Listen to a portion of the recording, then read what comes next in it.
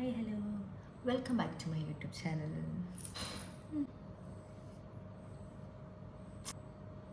എനിക്ക് യൂട്യൂബ് കൊണ്ട് രക്ഷപ്പെടാൻ പറ്റുമെന്ന് തോന്നുന്നില്ല. ഹായ്, ചൂടെടുക്കുന്നു. നടക്കുക വിഷാടോ കൊള്ളാം. ഇത്ര മെനക്കെട്ട് ഒരുങ്ങിയിട്ട് ഒരു വീഡിയോ എടുക്കാൻ പറ്റിയില്ലെന്നുണ്ടെങ്കിൽ എന്തൊരു കഷ്ടമാണിത്. ട്രാക്കിലോട്ട് വരുന്നില്ലല്ലോ. എന്നെ കൊണ്ട് പറ്റുന്ന പണിയാന്ന് തോന്നുന്നൊന്നുമില്ല ഇത്. നടക്കുമോ സ്റ്റോറേജ്?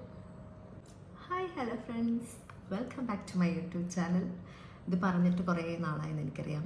വളരെ സീരിയസ് ആയി ഒരു യൂട്യൂബ് ചാനൽ തുടങ്ങണമെന്നൊക്കെ ആഗ്രഹം എല്ലാവരെയും പോലെ ആഗ്രഹിച്ച് യൂട്യൂബ് ചാനൽ തുടങ്ങിയിട്ട് പിന്നെ തിരിഞ്ഞു പോലും നോക്കാണ്ട് ഞാൻ പോയതാണ്. എനിക്കിപ്പോഴും തോന്നുന്നു എനിക്കിത് പറ്റിയ പണിയല്ല എന്ന്. വേറൊന്നും കൊണ്ടല്ല, ഒരു വീഡിയോ ഉണ്ടാക്കുക, എഡിറ്റ് ചെയ്യുക, അതിന് സമയം കണ്ടെത്തുക, ഇത് അപേക്ഷിതമായി അതിന് സമയം കണ്ടെത്തുക എന്നുള്ളതാണ് പരമപ്രധാനമായ കാര്യം. ഇത് എന്നെക്കൊണ്ട് നടക്കുന്ന കാര്യമല്ല എന്ന് എനിക്ക് ഇപ്പോൾ പലതവണയായി തോന്നുന്നു. എങ്കിലും ഇങ്ങനെ നമ്മൾ കെട്ടിയൊരുങ്ങി നിൽക്കുമ്പോൾ ഒരു വീഡിയോ അപ്ലോഡ് ചെയ്യാൻ ആർക്കാണ് തോന്നുന്നത്? പ്രത്യേകിച്ച് ഞാനിപ്പോൾ ഒരു 7 മാസം മേളിലായി ഇങ്ങനെയൊക്കെ ഒന്ന് അണിഞ്ഞൊരുങ്ങിയിട്ട് തന്നെ കുറച്ച് അധികം ലിപ്സ്റ്റിക് എങ്കിലും ഈ കാണുന്ന ഐഷാഡോ എങ്കിലും ഇട്ടിട്ട് 7 മാസം മേളിലായി.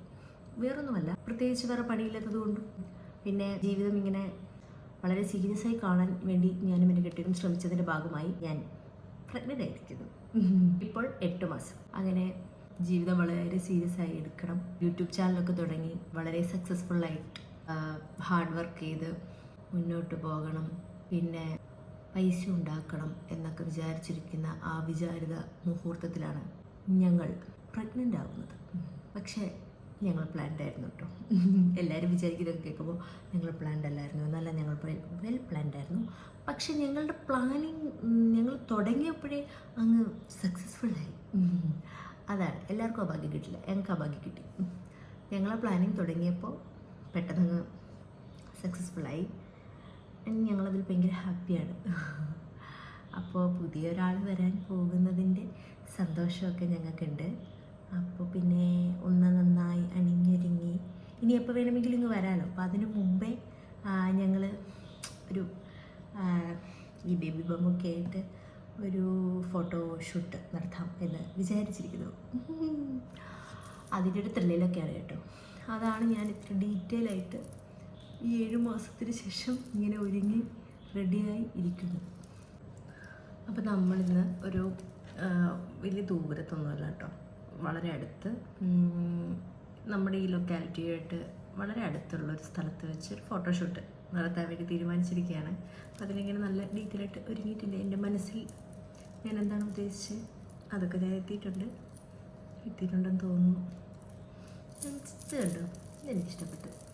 കളമലി ഞാനും വിശേഷണം കൂടിയുള്ള ഞങ്ങൾ രണ്ടുപേരും മാത്രമായിട്ടുള്ള ഫസ്റ്റ് ഫോട്ടോഷൂട്ടാണ്. ഞങ്ങളുടെ വെഡ്ഡിങ് ആനിവേഴ്സറിയാണ് ഈ വരുന്ന October 27. അപ്പോൾ ഞങ്ങൾ പറയായിരുന്നു ഫസ്റ്റ് വെഡ്ഡിങ് ആനിവേഴ്സറി നമ്മുടെ കൂടെ ഒരാളും കൂടി ഉണ്ടാവും. അപ്പോൾ ഞങ്ങൾ ഭയങ്കര എക്സൈറ്റഡാണ്. ഞാൻ ഭയങ്കര എക്സൈറ്റഡാണ്. നമ്മുടെ എന്ന് പറഞ്ഞ ഒരാളിങ്ങനെ വരികയാണ്. പിന്നെ ഞാനിങ്ങനെ വിചാരിക്കുകയാണ്, ഈ ഇൻസ്റ്റാഗ്രാമിലും യൂട്യൂബിലൊക്കെ വളരെ എന്താ പറയുക, കഴിഞ്ഞ വർഷം ഈ വർഷമായിട്ട് ഒരുപാട് കല്യാണങ്ങൾ നടക്കുന്നു, ഒരുപാട് പേർക്ക് കുട്ടികളുണ്ടാകുന്നു. ഇതൊക്കെ ഈ യൂട്യൂബിലും ഇൻസ്റ്റാഗ്രാമിലും ഇങ്ങനെ കാണുന്നു. അപ്പം നമ്മളും അതിൽ തന്നെ പെടുന്ന ആൾക്കാരാണ്. കഴിഞ്ഞ വർഷമാണ് കല്യാണം കഴിഞ്ഞത്, ഈ വർഷം കുട്ടി ഉണ്ടാകുന്നു. വളരെ പെട്ടെന്നാണല്ല, വളരെ പെട്ടെന്നാണ്. പക്ഷേ ഞാൻ പറയുന്നത്, ഈ പ്രഗ്നൻസി ടൈമിൽ ഞാൻ ശ്രദ്ധിച്ചൊരു കാര്യമുണ്ട്. ഞാൻ പ്രഗ്നൻ്റായി അറിഞ്ഞു കഴിഞ്ഞപ്പോഴേ അപ്പം വിഷാൻ്റെ സുഹൃത്തുക്കൾ വിഷാനെ വിളിച്ച് ചോദിക്കും, എൻ്റെ സുഹൃത്തുക്കൾ എന്നെ വിളിച്ച് സംസാരിക്കും. അപ്പോൾ ഇപ്പോൾ എൻ്റെ സുഹൃത്തുക്കൾ എന്നെ വിളിക്കുമ്പോൾ ആൺകുട്ടികളും പെൺകുട്ടികളും ഉണ്ട്. വിഷാൻ്റെ അങ്ങനെ തന്നെ. പക്ഷേ എങ്കിൽ ഞാനൊരു ഡിഫറൻസ് ശ്രദ്ധിച്ചത്, തെറ്റാണ് ശരിയാണെന്നൊന്നും എനിക്കറിയില്ല. ബോയ്സ് തമ്മിലുള്ളൊരു കോൺവെർസേഷൻ ഉണ്ടല്ലോ. അപ്പം വിഷാൻ്റെ ഫ്രണ്ട്സ് വിഷാനെ വിളിക്കുമ്പോൾ അവൾക്ക് ഇങ്ങനെ അവൾ ക്യാരിങ് ആടാ, അപ്പം ഇത്ര മാസമായി എന്ന് പറയുമ്പോൾ അവനെ സൂപ്പർ കൺഗ്രാജുലേഷൻസ് എന്നൊക്കെ ഇങ്ങനെ പറഞ്ഞ് ഭയങ്കര ഒരു ചിൽ മോഡലാണ് അവർ ഏറ്റെടുക്കുന്നത്. ഇനിയിപ്പം അച്ഛനായി അങ്ങനെയായി ഇങ്ങനെ എന്നൊക്കെ പറഞ്ഞ് അവരങ്ങനെ അത് വിഷ് ചെയ്യുന്നത് തന്നെ ഭയങ്കര ഹാപ്പി മോഡാണ്. പക്ഷെ ഞാൻ ശ്രദ്ധിച്ചത്, എൻ്റെ വളരെ അടുപ്പത്തിലുള്ള വളരെ ക്ലോസ് സർക്കിളിലുള്ള ചില സുഹൃത്തുക്കൾ എന്നെ വിളിച്ച് അപ്പോൾ അവരോട് ഞാനിങ്ങനെ പറഞ്ഞു ഇങ്ങനെയാണ് എന്ന് പറഞ്ഞു. അപ്പോൾ പെട്ടെന്ന് ഞാൻ പേരൊന്നും പറയുന്നില്ല. അപ്പോൾ അതിൽ 1-2 പേര് എന്നോട് ചോദിച്ചൊരു കാര്യമുണ്ട്. ഓക്കെ കൺഗ്രാജുലേഷൻസ്, അവരും ഹാപ്പി, ഞാനും ഹാപ്പി, ഓക്കെ സന്തോഷം. രണ്ടാമത്തെ ഒരു ഡയലോഗ് അത് വളരെ നമ്മളെ ഇമോഷണലി ടച്ച് ചെയ്യുന്നൊരു കോൺവെർസേഷനാണ്. നീ ഓക്കെ അല്ലേ എന്നൊരു സാധനം. നീ ഓക്കെ അല്ലേ, നിങ്ങളത് പ്രിപ്പയർ ചെയ്തിരുന്നോ, പ്ലാൻ ചെയ്തിരുന്നോ എന്നൊരു ചോദ്യം ഉണ്ടല്ലോ. അപ്പോൾ ഞാൻ ശ്രദ്ധിച്ചെന്താ പറയുമോ, അത് ചോദിക്കുന്ന കൂടുതൽ സ്ത്രീകളാണ് കേട്ടോ.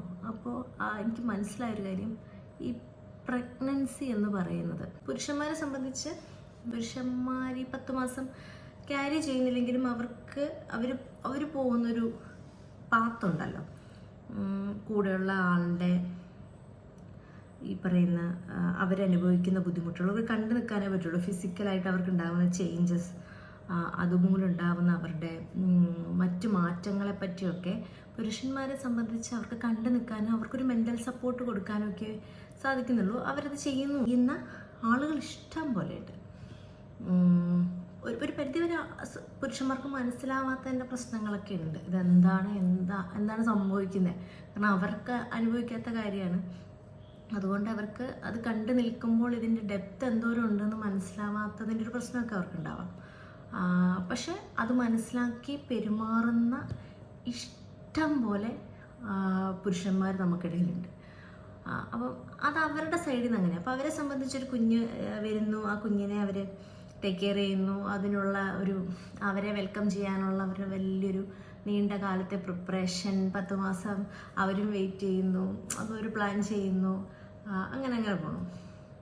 പക്ഷെ ഒരു സ്ത്രീയെ സംബന്ധിച്ച് ഗർഭധാരണം എന്ന് പറയുന്നത്, പ്രഗ്നൻസി എന്ന് പറയുന്നത് എപ്പോഴും ശാരീരികമായും മാനസികമായും അതൊരു ബാധ്യതയാണ്. സീരിയസ്ലി, ഈ ബാധ്യത എന്ന് ഞാൻ ഉദ്ദേശിക്കുന്നത് വളരെ മോശം സെൻസിലല്ല കേട്ടോ. അങ്ങനെ ആരും കണക്കാക്കുകയും ചെയ്യരുത്. 2 തരത്തിൽ ഉദ്ദേശിക്കാമല്ലോ. അപ്പം അത് എന്താണെന്ന് വെച്ച് കഴിഞ്ഞാൽ, നമുക്കൊരു കുഞ്ഞിനെ വേണമെന്ന് ആലോചിച്ചൊരു സ്ത്രീ അവൾ ക്യാരിങ് ആവുന്ന സമയത്ത് അത് തമ്മിലുള്ള വ്യത്യാസമാണ് ഞാൻ പറഞ്ഞത്. ആൺകുട്ടികളെ വിളിച്ചിട്ട് കൺഗ്രാജുലേഷൻസ് പറയുന്ന അതേ മൂഡിലായിരിക്കില്ല ഒരു പെൺകുട്ടി വിളിച്ചിട്ട് നീ ഓക്കെ അല്ലേ എന്ന് ചോദിക്കുന്നത്. കാരണം അവർക്ക് അതിനെപ്പറ്റി നല്ല ധാരണ ഉണ്ട്. അവരുടെ ശരീരവും മനസ്സും ഇനിയൊരു കുറച്ച് നാളത്തേക്ക് ഒരു ലൈൻ വരച്ചിട്ട് നമ്മളതിൽ എഴുതി തുടങ്ങുകയാണല്ലോ, വേറൊരു ചാപ്റ്റർ എഴുതി തുടങ്ങുകയാണല്ലോ. അപ്പം അത് മനസ്സിലായിക്കൊണ്ട് സ്ത്രീകൾ ചോദിക്കുന്നൊരു ചോദ്യം എനിക്ക് ഇങ്ങനെ പറയണം തോന്നി. ഞാനതിങ്ങനെ കുറച്ച് ഫ്രണ്ട്സിനിടെ ഞാൻ ശ്രദ്ധിച്ചു. അപ്പോൾ ഈ വീഡിയോ എല്ലാവരും കാണുന്നില്ല, എനിക്ക് കുറച്ച് സബ്സ്ക്രൈബേഴ്സ് ചിലപ്പോൾ ആകാൻ വേണ്ടില്ല. എന്നാലും അറിയാവുന്നവരോട്, ഈ വീഡിയോ കാണുന്ന ആളുകളോട് ഞാൻ പറയാണ്, പ്രഗ്നൻസി എന്ന് പറയുന്നത് നമ്മൾ മറ്റേ വാരിന്മേൽ പോകുമ്പോൾ എഴുതിയ പരിപാടിയല്ല. അങ്ങനെ ആരും വിചാരിക്കരുത്. അത്ര സുഖകരമായ അവസ്ഥയല്ല എല്ലാവർക്കും ഉള്ളത്. ചില ആളുകളെ സംബന്ധിച്ച് ഓക്കെയാണ്. ഇപ്പം ചിലരിങ്ങനെ പറയാൻ പറ്റില്ല, നമ്മൾ എപ്പോഴും പ്രഗ്നൻസി എന്ന് പറയുമ്പോൾ എല്ലാവർക്കും തോന്നും ഫുഡ് ക്രേവിങ്സ് ഉള്ള, ഹോർമോണൽ ചേഞ്ചസ് കൊണ്ട് മൂഡ് സ്വിങ്സ് ഉണ്ടാവുന്ന, ഭയങ്കരമായിട്ട് എന്താ പറയുക, ചില ആൾക്ക് ഭയങ്കര സങ്കടം വരും, ചില ആളുകൾക്ക് ഭയങ്കര സന്തോഷമായിരിക്കും. അങ്ങനെ ഒരു സാധനമല്ല, അങ്ങനെ ഒരു സാധനം മാത്രമല്ല pregnancy. It depends, person to person ഇത് വളരെ വ്യത്യാസപ്പെട്ടിരിക്കുന്നു എന്നുള്ളതാണ് സത്യം. അപ്പം എൻ്റെ എക്സ്പീരിയൻസ് ആയിരിക്കില്ല നാളെ നിങ്ങൾക്ക് ഉണ്ടാവുക, ഭയങ്കര വ്യത്യാസം ഉണ്ടായിരിക്കും. വ്യത്യാസം എങ്ങനെ ഉണ്ടാവുക എന്ന് ചോദിച്ചപ്പം എൻ്റെ ഒരു ജേർണിയിൽ ഞാൻ പറയാണ്, തുടക്കം തൊട്ടേ ഞാൻ മനസ്സിൽ കണ്ടിട്ടുള്ള ഒരു പ്രഗ്നൻസി അല്ല എനിക്കുണ്ടായത്. എനിക്ക് ആദ്യത്തെ ഒരു 4 മാസം ഞാൻ ഭയങ്കര വൊമിറ്റിംഗ് ആയിരുന്നു. എനിക്ക് ഫുഡൊന്നും കഴിക്കാൻ പറ്റില്ല, വെള്ളം കുടിക്കുമ്പോൾ വരെ ഞാൻ വൊമിറ്റ് ചെയ്യുന്നുണ്ട്. അപ്പോൾ അതിനനുസരിച്ച് നമ്മുടെ ഹെൽത്ത് വീക്കാവും. ഈ ഹെൽത്ത് വീക്കാവുമ്പോൾ തന്നെ നമ്മൾ മെൻ്റലി ഡൗൺ ആവും. അപ്പോൾ അങ്ങനെയുള്ള പ്രശ്നങ്ങൾ ഇഷ്ടം പോലെ. എനിക്ക് യാതൊരു വിധ ഫുഡ് ക്രേവിങ്സും ആ സമയത്തില്ല. അപ്പോൾ എല്ലാവരും വിചാരിച്ചു 4 മാസം കഴിയുമ്പം ഒരു 3 to 4 months ആണല്ലോ ഈ വൊമിറ്റിംഗ് ഉണ്ടാവുന്ന സമയം. അപ്പോൾ അത് കഴിഞ്ഞ് കഴിയുമ്പോഴത്തേക്ക് ശരിയാവും. അപ്പോൾ ഞാൻ കാണിക്കുന്ന ഡോക്ടർ തന്നെ എന്നോട് പറഞ്ഞു, വൊമിറ്റിംഗ് ഒരു നോർമൽ തിങ് ആണ്, അത് നിങ്ങൾ കാര്യമാക്കണ്ട, അതിന് മെഡിസിൻ പ്രത്യേകിച്ച് എടുക്കണ്ട, വേറൊന്നും കൊണ്ടല്ല.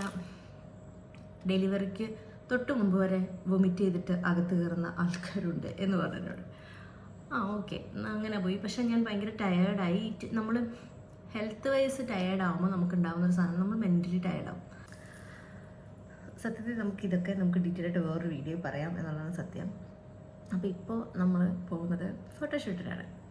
ഭയങ്കര ഹാപ്പി ആയിട്ടുള്ളൊരു കാര്യമാണല്ലോ അങ്ങനെ ഫോട്ടോഷൂട്ടിനൊക്കെ പോകുക എന്നുള്ളത്. ഞാൻ കല്യാണത്തിന് മുമ്പാണ് ഫോട്ടോഷൂട്ടിന് പോയ അതേ സ്ഥലം തന്നെ കേട്ടോ, സേവ് ദ ഡേറ്റിന് പോയ അതേ സ്ഥലം തന്നെയാണ്. അപ്പോൾ നമുക്ക് പോയിട്ട് വരാം. ഈ വീഡിയോ ഇപ്പോൾ യൂട്യൂബിൽ അപ്ലോഡ് ആവുന്ന സമയത്ത് സത്യം പറഞ്ഞു കഴിഞ്ഞാൽ എൻ്റെ അടുത്ത് ഈ വയറ്റ് കിടക്കുന്ന ആളുണ്ടല്ലോ, എൻ്റെ അടുത്ത് കിടന്ന് ഉറങ്ങുന്നുണ്ട് കേട്ടോ. കാരണം ഇതിപ്പോൾ കുറച്ച് മാസങ്ങൾക്ക് ശേഷമാണ് ഞാൻ ഇടുന്നത്.